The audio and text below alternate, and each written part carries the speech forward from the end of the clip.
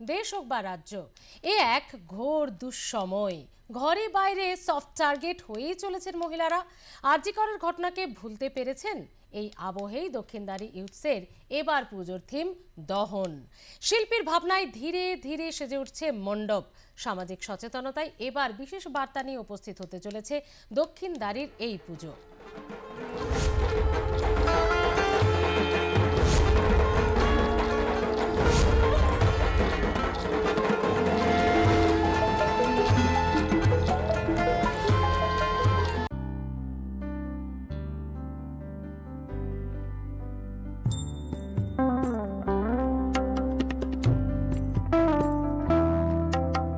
উত্তর কলকাতার একের পর এক পুজো কমিটি তারা একে অপরকে টেক্কা দিতে ইতিমধ্যেই একেবারে ময়দানের শেষ ফাইনাল টাচে তারা প্রস্তুত হচ্ছে।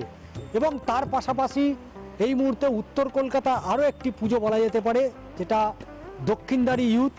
এবং দক্ষিণদারি ইউথে তাদের প্রতি বছরে নতুন নতুন তাদের ভাবনা থাকে এবং সেই ভাবনা দিয়ে তারা সমাজের প্রতি একটা বার্তা দেয় এবং বিভিন্ন অংশে কাজের যে চূড়ান্ত প্রস্তুতি এবং সেই প্রস্তুতিটা আমরা দেখতে পাচ্ছি, সেই প্রস্তুতিগুলো কিন্তু চলছে। তাই স্বাভাবিকভাবেই দক্ষিণদারি ইউথ বিগত বছরের তুলনায় এবছর তাদের আরও একটা চমক রয়েছে, যে চমকের মধ্যে দিয়ে এই সমাজে যারা প্রতিদিন প্রতিনিহত, যারা বারবার আক্রান্ত হচ্ছে বিভিন্নভাবে, মহিলারা, শিশু থেকে বৃদ্ধ প্রত্যেকেই কম বেশি আক্রান্ত হচ্ছে এবং সেই মহিলাদের নিয়েই এবছরে দক্ষিণদারি ইউথ তাদের 25তম বর্ষ। এবং এই 25তম বর্ষে তাদের যে ভাবনা, সেই ভাবনা হচ্ছে দহন, যেখানে মূলত অনির্বাণ প্যান্ডেলওয়ালা অনির্বাণ তারই তত্ত্বাবধানে মূলত এই পুরো মণ্ডপ তৈরি হচ্ছে। এই মুহূর্তে আমার সাথে রয়েছেন দক্ষিণদারি ইউথসের সম্পাদক পার্থ ভার্মা। তার সাথে কথা বলবো, তার কারণ যে ভাবনা তিনি শুরু করেছেন, অত্যন্ত এই সময়কালে দাঁড়িয়ে প্রতিদিন প্রতিনিয়ত শিশু থেকে বৃদ্ধ প্রতিটা মহিলাই কম বেশি আক্রান্ত হচ্ছে। তো স্বাভাবিকভাবেই সমাজের প্রতি আপনাদের তো প্রতি বছর একটা বার্তা দেন, সারা বছর সমাজসেবামূলক কাজের মধ্যে আপনারা থাকেন। মূলত এই ভাবনাটার মধ্যে আলাদা কি রয়েছে যে ভাবনাটা আপনারা ভেবেছেন বা অন্যান্য পুজো মণ্ডপ তারা এই ভাবনাটা নেয়নি? প্রথমত দক্ষিণদারি ইউথসের এবছর 25তম বর্ষ, ফলে রজত জয়ন্তী বর্ষ আরও একটু স্মরণীয় করার একটা তাগিদ ছিল আমাদের। বিভিন্ন বিষয় শিল্পী অনির্বাণ দাস আমাদের সামনে নিয়ে আসে। কোথাও এবছর আমরা প্রথম থেকেই ভেবেছিলাম 25তম বর্ষে শুধুমাত্র একটা নিতান্ত সুন্দর প্যান্ডেল, একটা খুব সুন্দর মূর্তি, এই ভালো লাগার বাইরেও একটা বাড়তি কিছু করার, একটা সামাজিক বার্তা যদি আমরা মানুষকে দিতে পারি, যে বার্তাটা আমাদের এই পুজো প্যান্ডেলে আগত লক্ষ লক্ষ মানুষ বা আপনাদের মাধ্যমে বিভিন্ন মানুষের কাছে যদি ছড়িয়ে পড়ে কোথাও যদি সামান্যতম একটা পরিবর্তন আমরা করতে পারি, তাহলে বোধহয় আমাদের এই 25তম বর্ষের দুর্গাপুজোটা সার্থকতা লাভ করবে। সেখান থেকে দাঁড়িয়ে যখন এই বিষয়টা নিয়ে আলোচনা হয়, দেখুন নারী স্বাধীনতা, নারী প্রগতি, এই নিয়ে তো বহু চর্চা দীর্ঘদিন ধরে চলছে। নারী সুরক্ষার জন্য নানা রকম আইন আনা হচ্ছে, কিন্তু কতটা তার ইমপ্লিমেন্টেশন হচ্ছে, কতটা মানসিকভাবে আমরাও মানে নারীদের এই 100% ভাবে পুরুষতান্ত্রিক সমাজে এক আসনে বসাতে পারছি, সেটা কিন্তু এখন একটা প্রশ্নের বিষয়।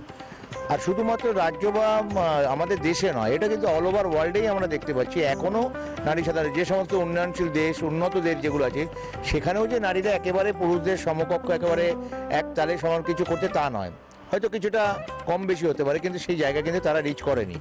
এবং প্রতিদিন প্রতি মুহূর্তে নারীদের উপর যে নানা রকমের অত্যাচার হয়, তার একটা বিশেষ আঙ্গিক এবং অত্যন্ত যন্ত্রণাদায়ক একটা আঙ্গিক হচ্ছে অ্যাসিড বার্ন।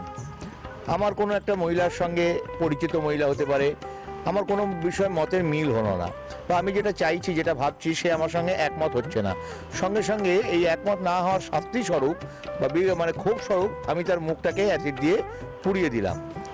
মানুষের মুখ হচ্ছে তার একটা আইডেন্টিটি, তার একটা পরিচিতি, অর্থাৎ তার মুখটাকে পুড়িয়ে দেওয়ার মধ্যে দিয়ে তার আইডেন্টিটিটাকে আমি নষ্ট করে দিতে চাইলাম। এই যে একটা আদিম মানসিকতা মানুষের মধ্যে আজও বয়ে চলেছে, তা আমার মনে হয় এটার বিরুদ্ধে বোধহয় সোচ্চার হওয়ার, সামগ্রিকভাবে সমবেতভাবে সমাজে একটা সোচ্চার হওয়ার বোধহয় একটা দরকার আছে। সেই জন্য দুর্গাপুজোর মতো এরকম একটা বড় প্ল্যাটফর্মকে আমরা বেছে নিয়েছি। এখানে যারা রিয়েল ভিকটিম যারা আছে, যাদের উপরে এই নারকীয় ঘটনা ঘটেছে, যারা মারা গেল নানা রকম অত্যাচারে, যন্ত্রণাদায়ক অবশ্যই মৃত্যুটা, কিন্তু মৃত্যু মানে তাদের মুক্তিও একদিকে হয়ে গেল। কিন্তু এই মানুষগুলো যারা অ্যাসিড আক্রান্ত হচ্ছেন, তারা কিন্তু মৃত্যুর থেকেও বেশি নরক যন্ত্রণা বেঁচে থাকাকালীন ভোগ করছে। সেটা বিভিন্ন লাইভ পারফরমেন্সের মাধ্যমে আমাদের শিল্পী অনির্বাণ এবার আমরা তুলে ধরেছি। একটাই উদ্দেশ্য, একটা সামাজিক বার্তা, যদি কিছু কোথাও সামান্যতম যদি পরিবর্তন আমরা আনতে পারি, তাহলেই বোধহয় আমাদের পুজো এবার সার্থক হবে। মুখ্যমন্ত্রী মমতা বন্দ্যোপাধ্যায় বিধানসভায় বিশেষ অধিবেশন ডেকেছিলেন এবং যেখানে অপরাজিতা বিল পর্যন্ত তিনি নিয়ে এসেছেন। তার কারণ, সমাজে মহিলাদের ওপরে নিয়মিত যে অত্যাচার, তার একটা চূড়ান্ত সাজা যাতে দেওয়া হয়, সেই কারণে মুখ্যমন্ত্রী বিল নিয়ে আসেন।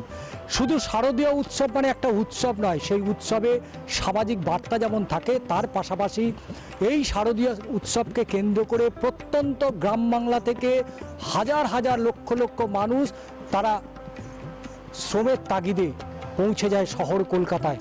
পুজোর কয়েকটা দিন বাড়িতে হয়তো নুন আনতে পান্তা ফুরোয়, সেই মানুষগুলোর একটা কর্মসংস্থানের জায়গা হয় এই শারদীয় উৎসবকে ঘিরে।